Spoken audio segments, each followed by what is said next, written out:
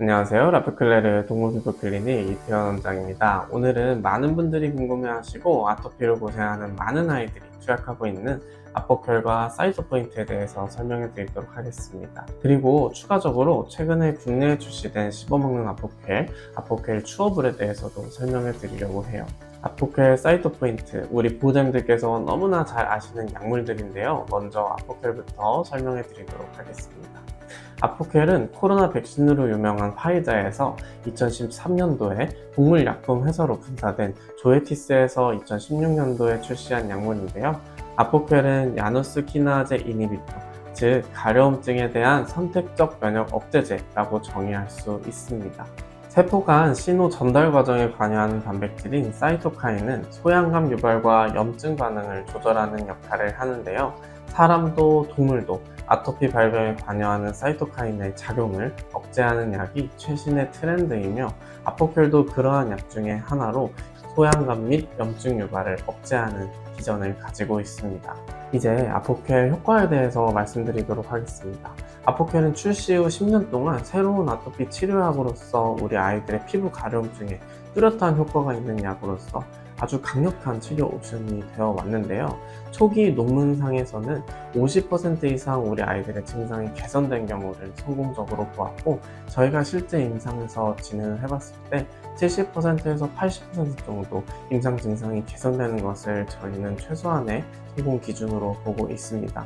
따라서 아포켈 투약 후 우리 아이가 가장 가려워할 때에 비해서 70%에서 80% 정도 호전되지 않는다고 하면은 우리 아이들이 아포켈이 정말 가장 최선의 약인지 확인해 볼 필요는 있습니다.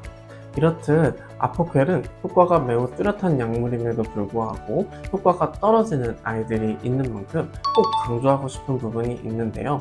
아포켈은 첫 투약 후 2주 동안만 1일 2회 투약을 권장한다는 것인데, 약 효과가 떨어지면 떨어질수록 투약 용량을 그리고 투약 횟수를 늘리는 경우를 보게 됩니다.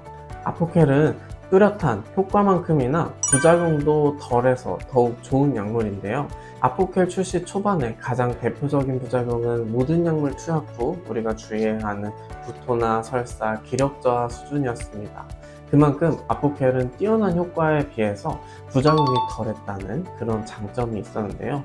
아포켈 출시 10년 동안 이제는 누적된 데이터를 가지고 제약회사에서도 언급한 부분을 강조해 드리고 싶은데, 피부적인 측면에서는 모낭충증, 그리고 농피증 및 뇌염과 같은 감염성 피부 증상, 그리고 종괴 유발 가능성에 대한 부분을 강조드리고 싶습니다.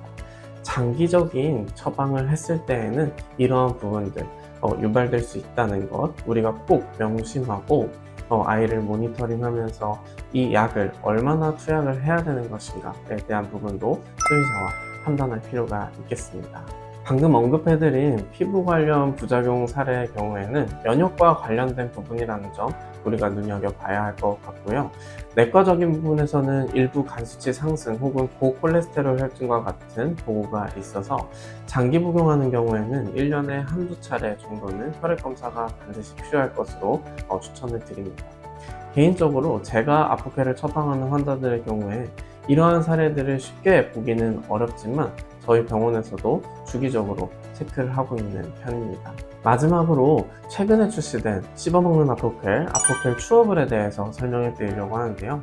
아포켈 추어블은 아포켈이라는 알약을 먹이기 어려운 경우에 맛있게 씹어먹을 수 있게 만든 약이라고 발표를 하였습니다. 그래서 아포켈 추어블에는 돼지의 간 향이 첨가가 되어 있는데요.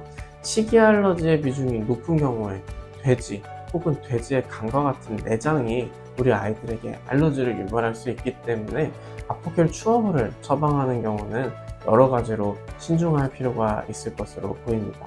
그리고 제약회사에서 발표한 아포켈 추어블의 약동학적인 부분을 봤을 때는 아포켈 기존의 알약에 비해서 처음에 약물이 반응하는 시점이 큰 차이는 아니지만 조금 늦어질 수 있다는 점을 발표하고 있습니다. 그러나 장기적으로 복용했을 때는 아포켈 타블렛과 아포켈 추어블의 차이가 거의 미미하다는 점도 함께 언급하고 있으니 참고하시길 바라겠습니다.